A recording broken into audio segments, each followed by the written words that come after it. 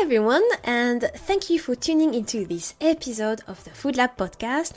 I'm your host Manon Galizzi, and I wanted to introduce myself, unpack what EPICSI is all about, and what you can expect from this podcast. So let's dive in.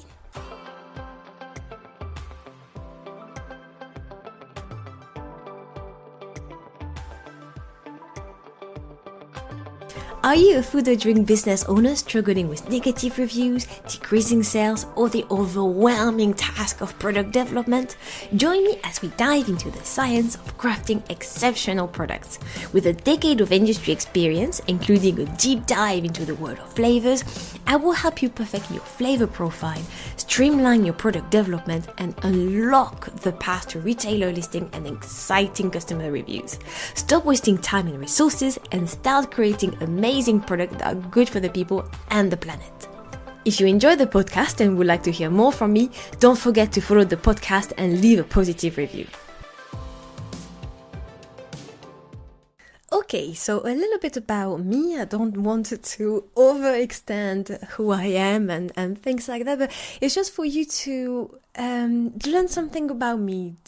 Start learning about me and my quirk and my French accent, just in case you haven't noticed. I'm from Marseille, so strong French accent, alright? So I apologize in advance if there are a few words that you don't understand because of my French accent. I apologize in advance, and I will never get offended because of that. Just for you to know. So my background is food science. I got completely passionate when I discovered research and development when I was doing all of my studies. So I've started as a nutritionist, a dietitian to be precise. And so it was really interesting. I love learning about the human body and everything like that, and how food can help and influence our body, all of the nervous system. It was absolutely incredible. But it wasn't quite right for me. I just wanted to find something with much more creativity. So you can imagine when I discovered a job where you can create new products and you eat or drink the product and you repeat and you can create something that is completely new and never done before. I just like, oh my God, this is incredible. My passion for food and my creativity in the perfect job. So this is how I learned about food science. And when I came in the UK through different internship, I completely fell in love with the country, the people and the culture. So I came for a job and I decided to stay ever since. So I've been in the UK for almost 10 years now, where feels scary to say it. So I've been in the food industry for more than 10 years. I started in the UK in a flavor house called Synergy Flavors. I don't know if you know them or work with them before. So I always have to say that disclaimer, I am not a flavorist, okay? Because I had this, oh yeah, I work in a flavor house. Oh, you're a flavorist then? No. The most challenging thing when I was working in that flavor house was when customers were asking for a strawberry flavor or a vanilla flavor. That's it. Flavor houses, just so you know, have hundreds to thousands of different flavors. So they will have hundreds of different strawberries. Each of them will have a different flavor profile. They will be made for a specific application at certain dosages, but they have hundreds of choices. So someone like me was going to the flavor library, smelling different strawberry flavors and trying them in the application. Of course, there's always a little bit of a flavor pairing involved. So you will always know that trying to have a very fresh and unripe strawberry would never work in a biscuit or a muffin or anything that is baked. It's never gonna work because all of these green and grassy notes come through, and you want something that pair well with this cooked and brown note from your baked goods. So you want something that is more jammy, for example. So we had that understanding, but even a jammy strawberry will have different different other descriptors. So some of them will be quite floral more than others, and juicy, and all of this kind, and a little bit confectionery as well. So even just a jammy strawberry will never be a jammy strawberry. You can still find hundreds of different flavor profiles. But anyway, so yeah, when I start talking about flavors, I can just talk about flavors for hours. I just love flavor science so much. I find it absolutely fascinating. So then I wanted to see the bigger picture. So I worked at a brand I'm sure everyone knows in the UK, which is McVitie's. There actually is a brand which is called Pladis, and they own certain brands like McVitie's, Jacob's Car. So I was working at Pladis, and I was helping all of the different R&D team with my flavor knowledge. So I was a sort of flavor specialist, and I put in place a lot of tools and training to be able to make them understand the same thing, that a strawberry is never a strawberry, and what may work on a chocolate hobnob may not work on a chocolate digestive, and why. So we've done a lot of work around that, which was very fascinating. But working in a corporate world wasn't my thing. I just wanted to find something that was much more meaningful. And I think with a huge scandal around UPF recently, this is how I felt when I was in the food industry, and having feedback from all of my friends who were also working in the food industry. I wanted something that was much more meaningful. I chosen food science because I wanted to create memories with the future product I was about to create. I wanted to have this. When you talk to me about some certain biscuits from my childhood, I can still just remember where I had this biscuit with who, and sharing, like, oh my god, this biscuit is amazing, you have to try it. And this is what I wanted to create. So that's why I came in the food science. That's why I came in the food industry for creating memorable product that people are just so happy to buy, even though it's a little bit more expensive maybe, but it doesn't have to be. And sharing with their friends and family, and creating these moments, these memories, like, oh my god, this is just incredible. And when I came to the food industry, well, let's say that didn't live to my expectations, and it wasn't about that at all.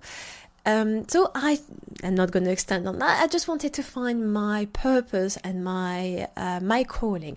And I realized my calling was actually to help food and beverage people, individuals, owners, businesses, whatever their stage is, to perfect their product, help them understand what food science is, understand what flavor science is. So this is what I'm creating with EPICSI, is be able to help someone who wants to create a food and drink business but completely lost with the food legislation. So I can help them around that. I can help a little bit more established but still new startup that want to create new product or want to improve their current product, but they don't know why. They don't know what is going wrong with their product, to much more established food and business startup that want to revamp a little bit their offering and their flavoring or their product, or want to create a new product. So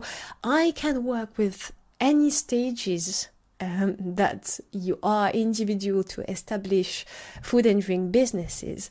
And what I like is the diversity, is the challenges, because what I found out talking to a lot of prospect or startups I'm talking to events, or some of my clients, there is a growing amazing focus on finding something that is creating something that is much more natural, that is much more sustainable, that is good for the planet and for the people, removing the additives. So if you say that to a food scientist, I don't want to use any additive. This is the nightmare of any food scientist, of like, what? But why? Because we've been trained on using hundreds of different additives for every single problem.